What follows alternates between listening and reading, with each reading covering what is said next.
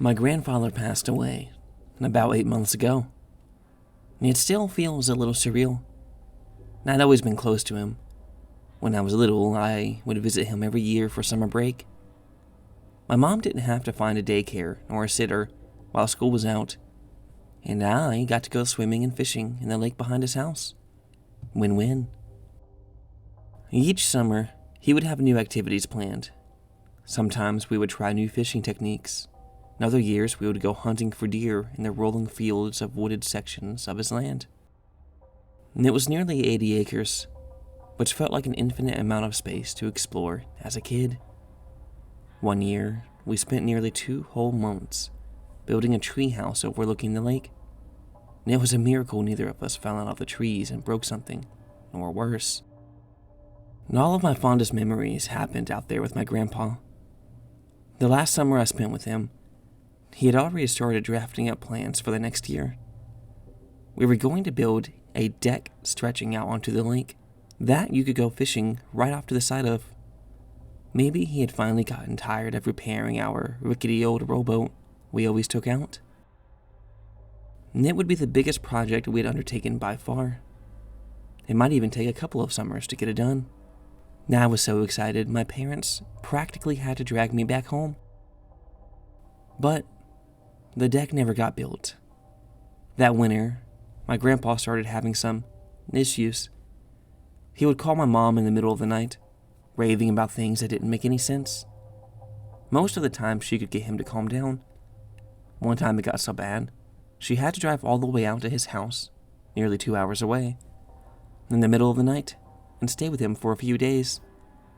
And I could see it was tough on her. Unfortunately, he only got worse over time. His neighbors found him wandering around in the woods in his pajamas more than once, unable to find his way back home.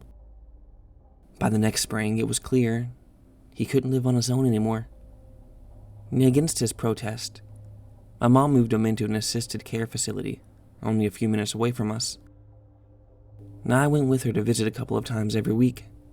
For a while, he was happy to see us. Then he was just confused. And eventually, he didn't respond much at all. And everything happened so fast. One day we were hanging out, fishing and listening to old Hank Williams. The next day he was nothing but a shell. He lived in that care facility for about 5 years.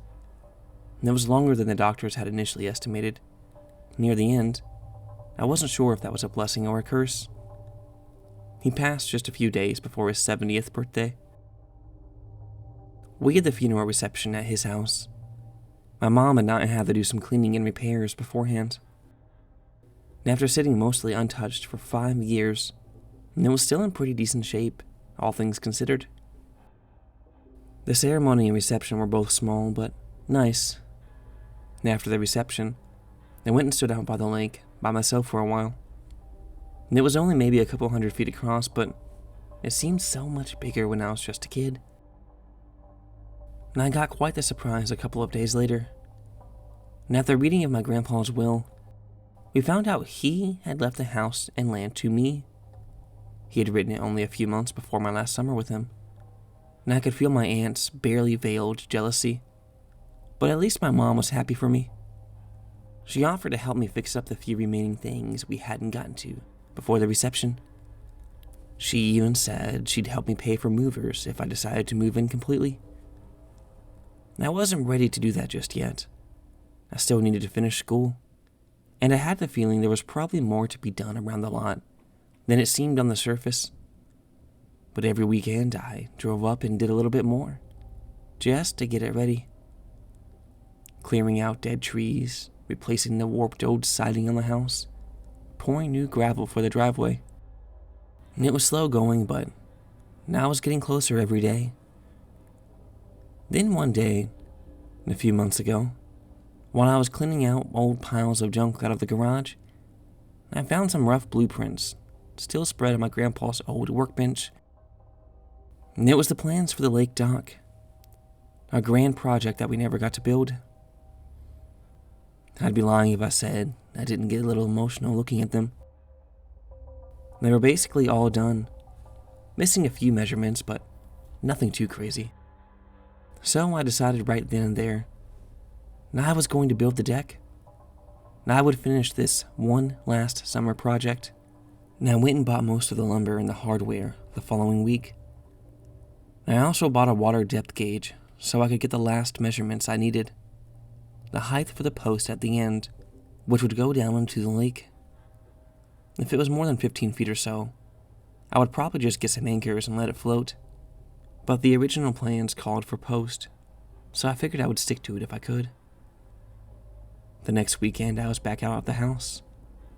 I borrowed a friend's pickup truck to haul most everything out in one trip. And I also brought some food, water, and other essentials. It would make building a lot easier if I just stayed out at the house for a few days, without having to drive back and forth to town. Enough of my grandpa's furniture was still there to make shorter stays comfortable enough. The first thing I did was go out to get the depth measurements I needed. And I dragged the old rowboat out to the overgrown, grassy shore of the lake, praying the whole time that it would stay afloat, at least long enough for me to get the reading. The meter I got seemed simple enough. It looked like a flashlight. You're supposed to stick it in at the surface of the water and use a laser to tell how far it is to the bottom. The wonders of modern technology. Lucky for me, the boat still floated and didn't even seem to have any major leaks. I hopped aboard and paddled out about 30 feet to where the end of the dock would be. I uncapped the depth meter, stuck it in, flipping the switch, and nothing. The display on the side just kept flashing a reading for what seemed like an unusual length of time. And after a minute or so, the message changed to error, and it turned back off. I tried a few more times, but the result was the same. The wonders of modern technology. And so I headed back to the hardware store. And luckily there was a smaller one closer to the house, so I didn't have to go all the way back into town. I bought another water depth meter. This one was more old school, just a way at the end of a line that you could spool out. Once it hit the bottom, you could read the numbers on the line. Basically just a tape measure with a hunk of metal at the end. Probably what I should have gotten in the first place. And I got back to the house and rowed out onto the lake once more. I tossed the weight into the water and let it start to sink, but it didn't stop. The line kept going, unspooling more and more, almost seeming to pick up speed. 15, 30, 50 feet. I couldn't believe what I was seeing. It eventually stopped at 100 feet, not because it had hit anything, but because that was as far as my meter line went. That couldn't possibly be right. Sure, I'd never touched the bottom as a kid, but it couldn't be that deep, could it? I spent a few minutes reeling it back in and tried again, thinking somehow it would be different. But sure enough, it only stopped when there was no line left to give. Now I just stood there scratching my head for a bit, unsure of even where to go from here. Should I get a longer line? Even if I did hit the bottom, it wasn't like I could use post for the dock now. As I thought on it, the depth meter slipped from my hand and fell off the side of the boat. And it immediately disappeared from the surface, dragged down by the weight on the other end.